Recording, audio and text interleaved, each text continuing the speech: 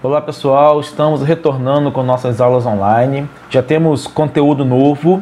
Nós vamos começar a estudar a crise do sistema colonial. E o que é isso? São os movimentos de independência na América.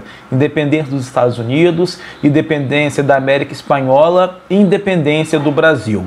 Nós vamos acompanhar aqui a apostila e explicando os conteúdos para que vocês possam compreender bem. Vamos lá então. Os movimentos de independência nas Américas acontecem no período em que se completa a transição do feudalismo para o capitalismo. Então, existe um contexto histórico onde esses movimentos de independência acontecem. E que contexto histórico é esse? O período em que se completa a transição do feudalismo para o capitalismo. No período da Idade Moderna, essa transição ela está em acontecimento. Quando nós chegamos já na Idade Contemporânea, essa transição ela se completa e é nesse período que também acontecem os movimentos de independência.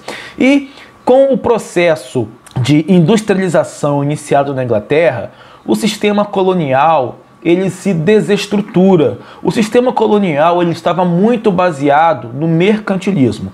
E com o processo de industrialização, o mercantilismo ele é superado e com isso o sistema colonial ele perde as suas bases e se desestrutura.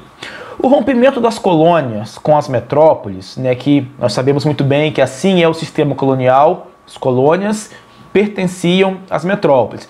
E no processo de independência acontece esse rompimento. E o rompimento pode ser explicado por fatores internos e fatores externos. Os fatores internos são os fatores que acontecem dentro das colônias. E os fatores externos são os fatores que acontecem nas metrópoles. E na aula de hoje nós vamos analisar quais os fatores internos e quais os fatores externos que promoveram os movimentos de independência. Vamos lá então, iniciando pelos fatores internos. O primeiro deles é o desenvolvimento das colônias. A própria exploração econômica que as metrópoles exercem sobre as colônias faz com que a colônia se desenvolva economicamente. O comércio cresce, as cidades se desenvolvem, começa ali algumas pequenas fábricas e esse próprio desenvolvimento faz com que as pessoas que moram nas colônias passam a desejar a não mais ter essa ligação com a metrópole, mas caminhar com suas próprias pernas, caminhar com sua liberdade. Então, o desenvolvimento econômico das colônias é um dos fatores que promove os movimentos de independência. Depois nós temos o surgimento de uma elite local que exerce poder na metrópole. Na medida em que a colônia se desenvolve economicamente, uma elite local também surge. Essa elite local exerce o poder dentro da colônia, não dentro da metrópole, como falei. E essa elite econômica, ela também busca ter mais poder. E para ter mais poder, eles precisam romper o seu relacionamento com a metrópole. E por último, o aumento da opressão da metrópole sobre a colônia. A partir do momento em que a colônia também se desenvolve economicamente, a metrópole passa a exigir mais, cobrar mais impostos, por exemplo. E isso faz com que essa elite que já tem algum poder dentro da colônia e a população colonial como um todo desejem o rompimento e a sua liberdade política e econômica. Então todos esses fatores, eles promoveram o crescimento da oposição entre colônia e metrópole. Os interesses passam a ser conflitantes, passam a entrar em choque e os moradores da colônia vão buscar a sua liberdade. Então esses foram os fatores internos, fatores que ocorreram dentro da colônia. O desenvolvimento econômico da colônia, o surgimento de uma elite local que passa a exercer poder na colônia e o aumento da opressão da metrópole sobre a colônia. Os fatores externos, esses que aconteceram nas metrópoles, o caso brasileiro, por exemplo, o Brasil, a colônia e Portugal, a metrópole. Os fatores internos ocorreram aqui, os fatores externos lá em Portugal. E quais foram esses fatores que aconteceram nas metrópoles europeias que também favoreceram para o surgimento dos movimentos de independência aqui na América.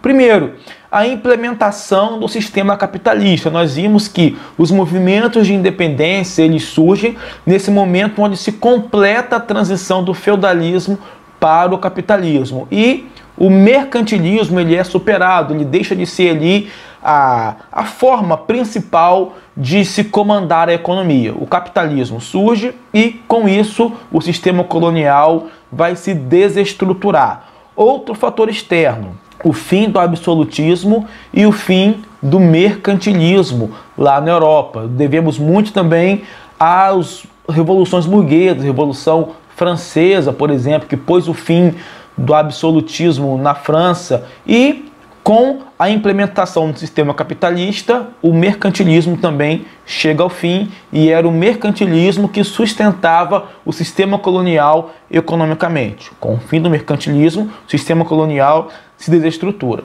E por último, novas ideias, principalmente o iluminismo e o liberalismo econômico, que investem contra os monopólios e o trabalho escravo. Monopólio e trabalho escravo eram outras bases que sustentavam o sistema colonial. E com o fim disso, o sistema colonial também perde a sua força. O que era o monopólio? Era o fato de que as colônias só poderiam fazer comércio com a metrópole. E com a ampliação do sistema capitalista e o liberalismo econômico, esse sistema de monopólio ele acaba perdendo o sentido. E juntamente também o trabalho escravo. Então esses fatores aconteceram nas metrópoles e promoveram também o fim do sistema colonial, os movimentos de independência. A implementação do sistema capitalista, fim do absolutismo e do mercantilismo e novas ideias, principalmente o iluminismo e o liberalismo econômico. Então leiam a apostila, ao final tem os exercícios para vocês fazerem e semana que vem nós continuaremos nesse conteúdo analisando separadamente os movimentos de independência ocorridos na América, começando com a independência dos Estados Unidos, depois independência da América Espanhola e por último analisando de maneira mais profunda e detalhada a independência do Brasil.